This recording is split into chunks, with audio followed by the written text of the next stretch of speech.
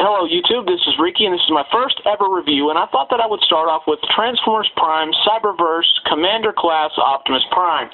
So let's get right down to him. Here he is, looking just unbelievable in his semi-truck mode with the tall smokestacks, which we're all used to getting the shorter ones down here, so this was a nice touch. The overall detailing on this particular figure is just unbelievable. You have almost nothing underneath except a little bit of his fists are visible, but it's completely flat, rolls very well because of the zero clearancy issues. He has a nice grill that's supposed to be an Autobot symbol there, but they didn't paint it, but it's still molded in. It's very nice. You have nice translucent windshields. Just overall, this mode is unbelievable. Now, along with this figure, you also get two of these clear translucent weapons, which are just unbelievably detailed and completely show accurate. They're awesome. They also plug right here into this little bitty hole here and this little hole here to give him a different attack style mode, which is, it's okay. I don't really care for the weapon storage too much. So we'll just set those off to the side. Now for what we all came to see, his transformation.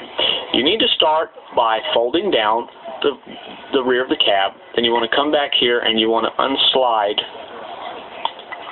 them. There's a notch here and a slider here that attaches them. You want to free those up. Then you want to flip back the smokestack, say flip around to the back, the backpack. Then you want to come here underneath and you want to detach the arm, which is held in place by a peg here and a peg hole here. Then you want to raise the arm up and bend the shoulder down. You want to do the same thing on this side, unpeg the arm,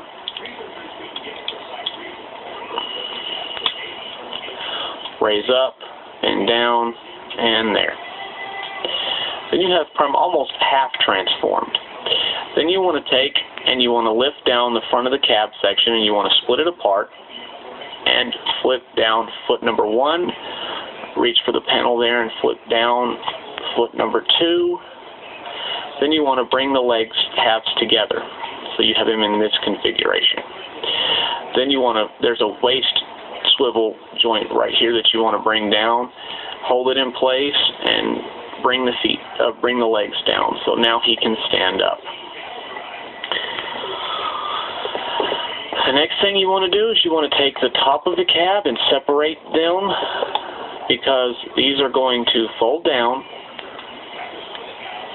twist around, and lock into place to become his shoulder pads. Do the same thing over here, pull out, twist, push down. And now for the epic head reveal, you want to come back here and it's lodged between these two clear plastic pieces. You want to flip it up and flip the head around.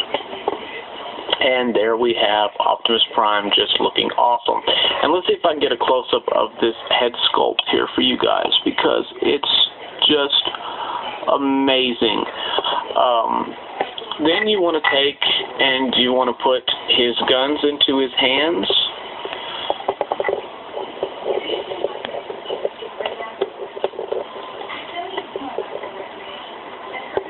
And now we have Prime armed to the teeth. Also, I wanted to show off, if you don't want the guns stored in his hands, you can take them out and they will plug in right back here. There's really hard to see, but there's two little holes, one right here and one right here. And you take and you plug in his weapons like so, and they store on his back if you don't want to lose them and you don't want to use them.